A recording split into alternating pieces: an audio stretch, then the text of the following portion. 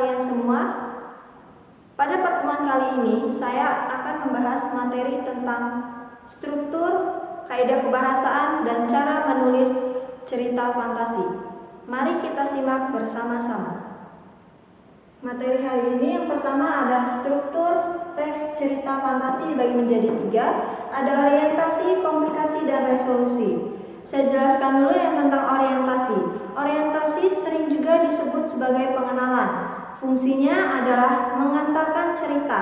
Pada bagian ini dikenalkan pengenalan seperti tokoh, latar, watak tokoh, dan konflik.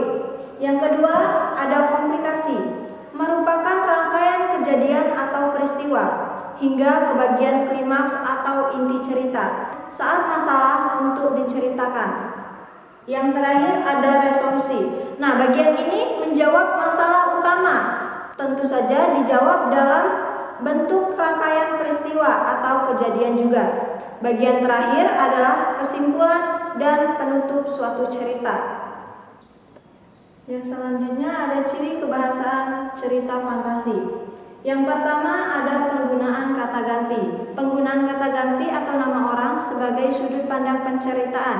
Contohnya di sini ada aku, mereka, dia, Erza atau Doni nama orang. Yang kedua ada penggunaan latar tempat, waktu, dan suasana. Jadi setiap menulis cerita fantasi kita harus memperhatikan tentang latar tempatnya di mana, waktunya kapan, dan suasana di dalam cerita itu bagaimana. Yang ketiga ada kata sambung penanda urutan waktu. Nah, kata sambung penanda urutan waktu di sini contohnya seperti setelah itu, kemudian, sementara itu, bersamaan dengan itu, tiba-tiba, ketika, sebelum, dan lain sebagainya. Contohnya di sini ada kata 2 tahun kemudian, Derry telah sampai di planet Mars dan bertemu dengan Tatal. Nah, kata 2 tahun kemudian di sini yaitu sebagai kata sambung penanda urutan waktu. Yang keempat, ada penggunaan kata atau ungkapan keterkejutan. Nah, penggunaan kata atau ungkapan keterkejutan berfungsi untuk menggerakkan cerita atau memulai suatu masalah. Contoh di sini ada kata tiba-tiba seorang alien yang berukuran lebih besar datang. Nah, di sini kata tiba-tiba menunjukkan kata atau ungkapan keterkejutan. Yang kelima atau yang terakhir ada penggunaan dialog atau kalimat langsung dalam cerita. Contoh di sini, raksasa itu mengejar kita, seru Setiawan. Nah, ciri dari penggunaan kata langsung yaitu dia menggunakan tanda petik di sini. Artinya si tokoh itu dia mengungkapkan secara langsung atau berbicara secara langsung.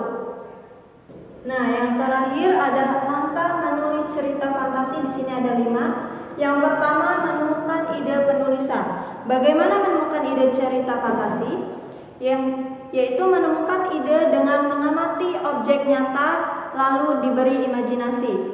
Yang kedua ada mengembangkan. Nah, mengembangkan di sini mengembangkan cerita fantasi yaitu kembangkan tiap bagian sehingga menjadi cerita fantasi yang lebih menarik. Yang ketiga, memberi judul yang menarik. Judul yang menarik di sini supaya para pembaca mau membaca tentang cerita fantasi yang sudah kita buat itu. Yang keempat, ada menelaah untuk merevisi. Maksudnya, sebelum cerita Anda dipublis atau dibaca oleh banyak orang, periksalah kembali cerita atau penulisan dari sebuah cerita fantasi yang Anda buat. Dan yang terakhir ada mempublikasikannya, yaitu pajang hasil karyamu ke sosial media atau media cetak yang lain supaya ada orang yang dapat menikmati hasil karya Anda tersebut. Baik, sekian dulu materi untuk hari ini. Semoga bermanfaat untuk kita semua. Saya akhiri. Wassalamualaikum warahmatullahi wabarakatuh.